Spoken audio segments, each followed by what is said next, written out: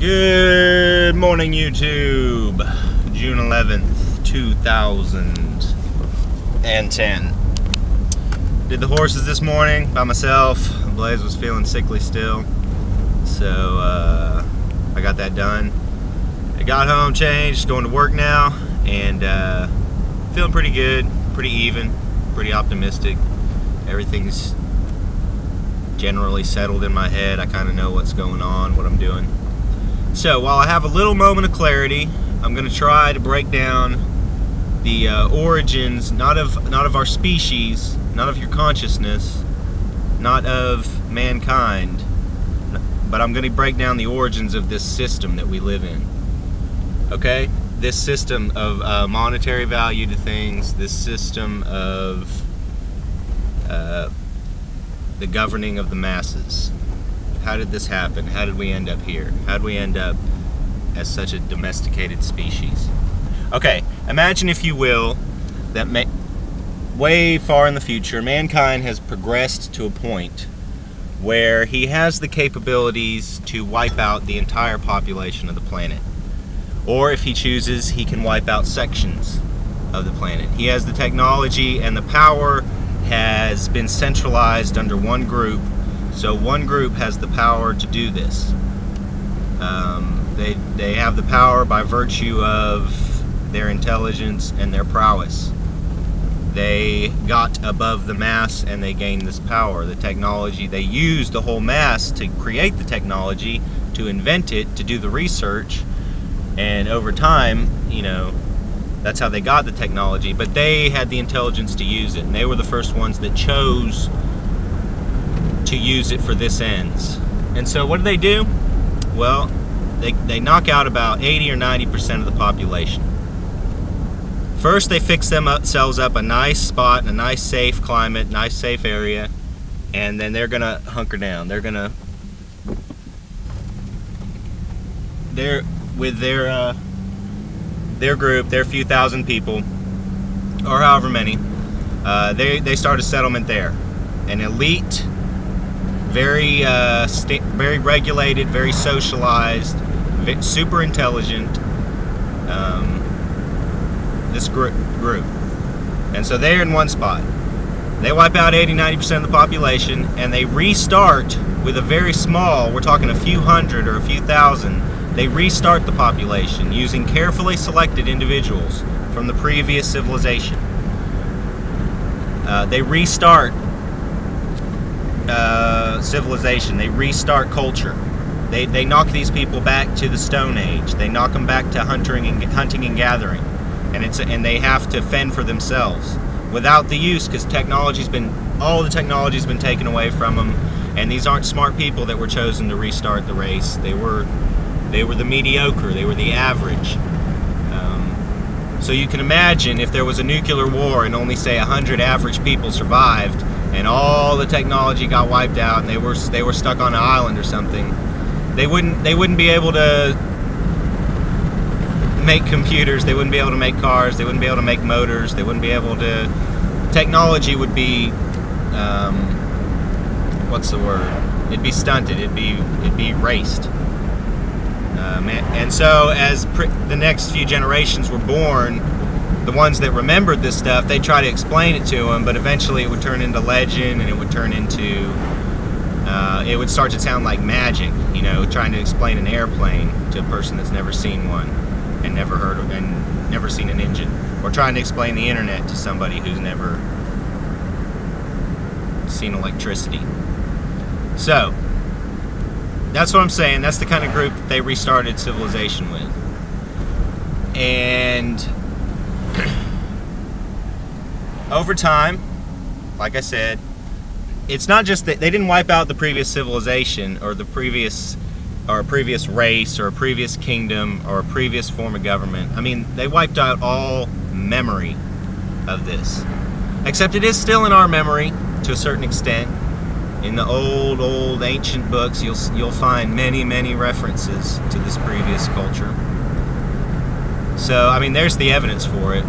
You know, for those with eyes to hear, eyes to see and ears to hear, it's written in our history, this previous history.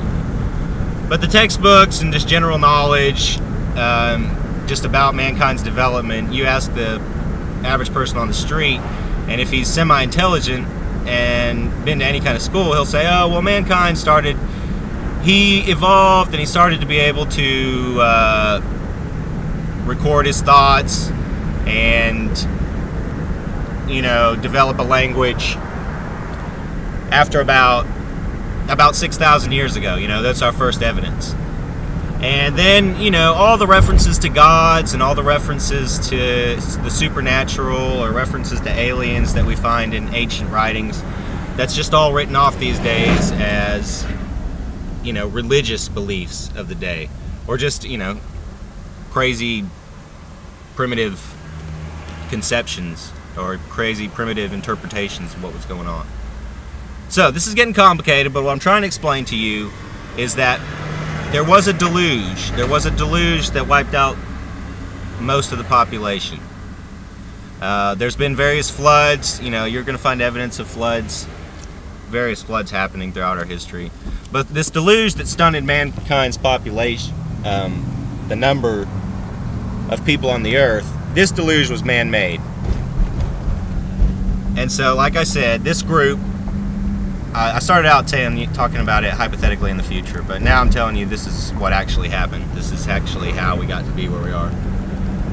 A group did do this. They did stunt the population. They did start two groups. They kept one group with the intelligence, with the technology, with an agenda for the other group, and then they knocked the other group back to the Stone Age. And they've been acting as a god to this group. The intelligent group has been acting as a singular monotheistic god to this primitive group for about the past, I'd say, 8,000 to 9,000 years. That's just a rough estimate from the data I've been exposed to. So this explains, you know, all the Greek gods and those concepts, and it explains all the alien interpretations of man's origins, and explains all the, what other, oh, just the angels and demons, because there actually is a superior race on this planet, and they're older and they're wiser. They're our big brother. And so whenever mankind started to fill up the earth again, this intelligent group came to him like gods and raised him up and showed him things, brought him fire, brought him the wheel, just introduced him to these things, and made kingdoms. And every big kingdom that's ruled for any substantial period of time has been backed by this intelligent group. Because this intelligent group has an agenda. It has an agenda. It's a long, long, long millennial agenda for the primitive group, which is us. And so you see it in Egypt, it's obvious, and then Egypt, it was just a restructuring of how to control the population. And so Moses, he brought the chosen people out of Egypt, and there started a new way of thinking and a new way of psychologically controlling man's mind through his interpretation of the reality, his interpretation of what's going on, his interpretation of a monotheistic God. And so Israel exists, and so Egypt kind of evaporates for whatever reason, and Babylon pops up, various other kingdoms, and they intermingle with Israel until the new prototype is established, which is Rome. And Rome was just a combination of Socratic and Antillean thinking. A real comprehensive picture for everybody to have. Alright, I'm getting close to 10 minutes. Okay, it's same power structure since before the deluge, the flood. There's been a group who's been in charge. And I will get this across to you no matter how long it takes. But it's really the skeleton key for understanding the Bible. If you read the Bible from this perspective, it starts to make a whole lot more sense. But not just this perspective, because this isn't the only one. There's a lot more truth in the Bible besides the fact that we are prisoners we were born into slavery a long, long time ago. So anyway, I'm getting close to work. I will catch up to you later.